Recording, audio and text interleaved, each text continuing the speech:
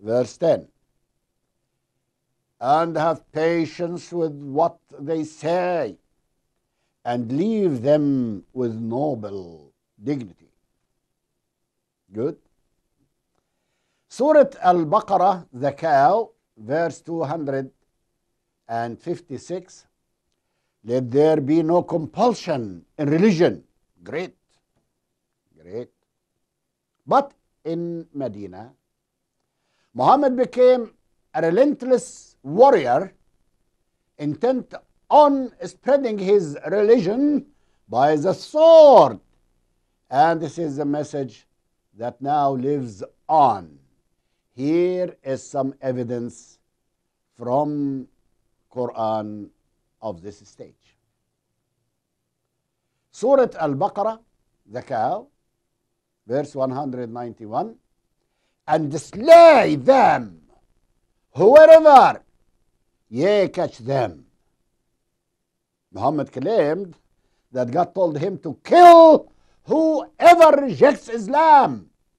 That is in Surah Al-Baqarah, the cow, in the Quran, verse 193. It says, and fight them on. It's not fight. This is a bad translation. It's in the original, slay them, kill them, until there is no tumult or oppression, and there prevail justice and faith in Allah, which is Islam. Surah Al-Baqarah, verse 216, fighting is prescribed upon you. Fighting is prescribed by God upon you. Do you imagine that? Christianity is a system of faith and morality which can exist within any national or state system. But Islam, however, has its own political and judicial system embodied in the Sharia, Islamic law, which governs every Muslim.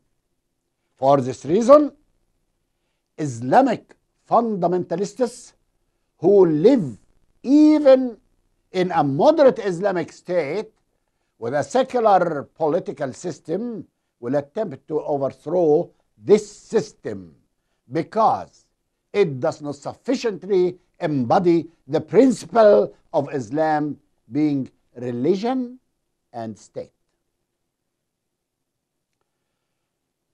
This study by no means attempts to present a picture of all Muslims being bad. No, because this is not at all true. There are many moderate Muslims who are good and constructive members of society. But even these are looked upon by fundamentalists as kafara, apostates, because they do not follow the Quran faithfully, and thus are also worthy of the same end as any non-Muslim, that is, death.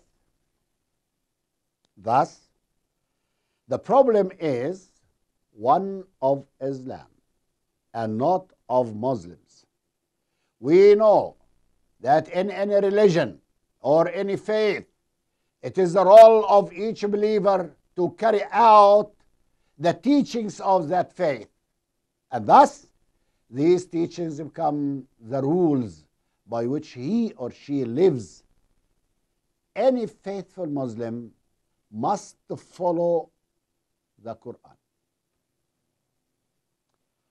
Now, I speak about Islam in the West.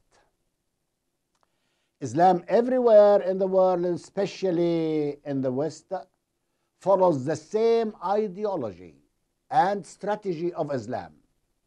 They start with the first stage of weakness to pretend that they are peaceful and loving. They take advantage of democracy and the human rights in the West to spread their faith.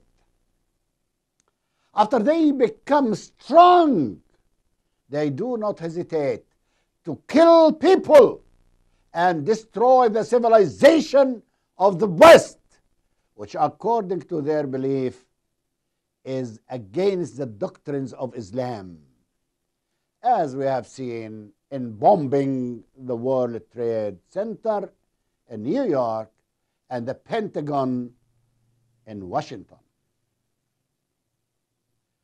Westerners don't always understand that after the Muslims gain naturalization from any country in the West, their loyalty to Islam does not change. It is above loyalty to any Western country. That's it. The fourth point I was advised to discuss is how best American policy can be made to ensure freedom of religion per the constitutional guarantees. Okay. We should be aware that Islam is not just a religion, but an ideology.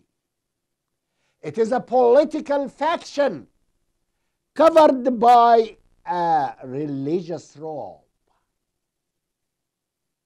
Muhammad's ultimate intention was to establish a Muslim empire, and religion was just a factor to accomplish his aim. Categorizing Islam should be as a political party, not a religion.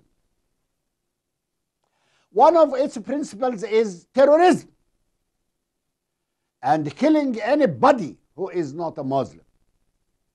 There are about 213 Quran verses and hadith sayings that speak about terror and killing.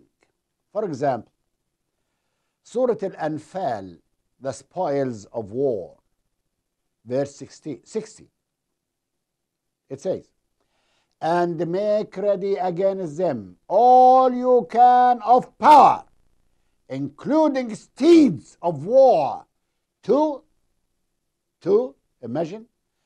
terrify the enemy of Allah and your enemy.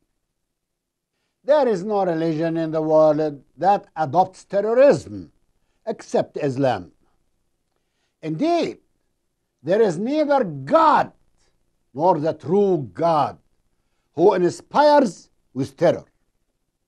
That's why I do not consider Islam as a religion. It is mainly a political party. So categorizing Islam as a political party puts it in the same group as Nazism. The Western world tries to encourage the Muslim world to apply democracy as a solution of corruption, terrorism, and dictatorship. But let me say that democracy in the West did not succeed except after separating religion from state. Whereas separating religion from the state in Islam is impossible.